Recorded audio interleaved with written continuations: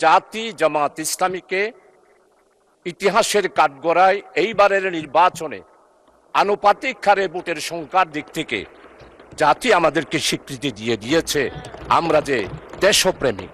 মরহুম শেখ মুজিবুর রহমানকে আগরতলার ষড়যন্ত্র মামলা থেকে মুক্তির জন্য জামাত ইসলামী আন্দোলন করেছিল। জামাত ইসলামের ইতিহাস হচ্ছে গণতন্ত্র প্রতিষ্ঠার ইতিহাস। বিশেষ করে আমাদের মাননীয় সংসদ সদস্য অত্যন্ত প্রবীণ এবং ইতিহাসবিদ,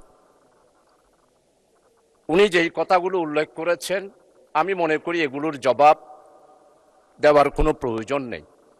তার কারণ হচ্ছে জাতি জামাত ইসলামীকে ইতিহাসের কাঠগড়ায় এইবারের নির্বাচনে আনুপাতিক হারে ভোটের সংখ্যার দিক থেকে জাতি আমাদেরকে স্বীকৃতি দিয়ে দিয়েছে আমরা যে দেশপ্রেমিক, আমরা দেশকে ভালোবাসি, দেশের মানুষকে ভালোবাসি।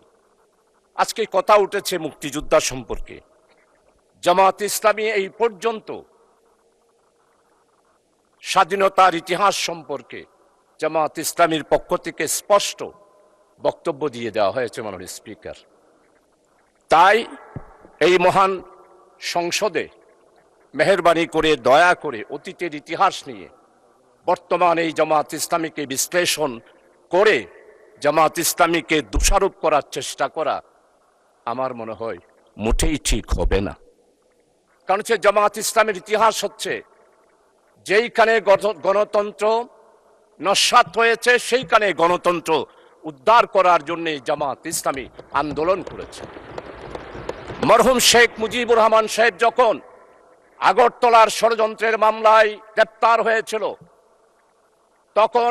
তখনকার জামাত ইসলামী পাকিস্তান ডেমোক্রেটিক মুভমেন্টের মাধ্যমে মরহুম শেখ মুজিবুর রহমানকে আগরতলার ষড়যন্ত্র মামলা থেকে মুক্তির জন্য জামাত ইসলামী আন্দোলন করেছিল। শুধু আন্দোলন নয় মাননীয় স্পিকার, আমাদের সাবেক আমির জামাত বিশ্ব ইসলামী আন্দোলনের নেতা, যিনি তৎকালীন পূর্ব পাকিস্তানের স্বাধিকার আদায়ের জন্য 1962 সালে বক্তব্য দিয়েছেন, 1967 সালে বক্তব্য দিয়েছেন, 1948 সালে বক্তব্য দিয়েছেন। মরহুম শেখ মুজিবের মুক্তির জন্য যে ডাইরেক্ট অ্যাকশন কমিটি হয়েছিল সেই অ্যাকশন কমিটির সেক্রেটারি ছিলেন অধ্যাপক গোলাম আজম এবং জামাত ইসলামী ছিল সেই জোটের একটি সংগঠন।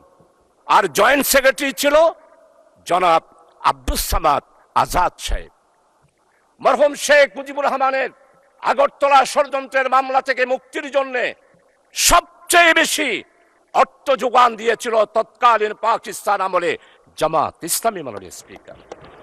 তাই জামাত ইসলামের ইতিহাস হচ্ছে মানুষের অধিকার প্রতিষ্ঠার ইতিহাস। জামাত ইসলামের ইতিহাস হচ্ছে গণতন্ত্র প্রতিষ্ঠার ইতিহাস। জামাত ইসলামীকে আপনারা বারবার অনেক তকমা দিয়েছিলেন, কোন তকমায় জনগণ বিশ্বাস করে নাই।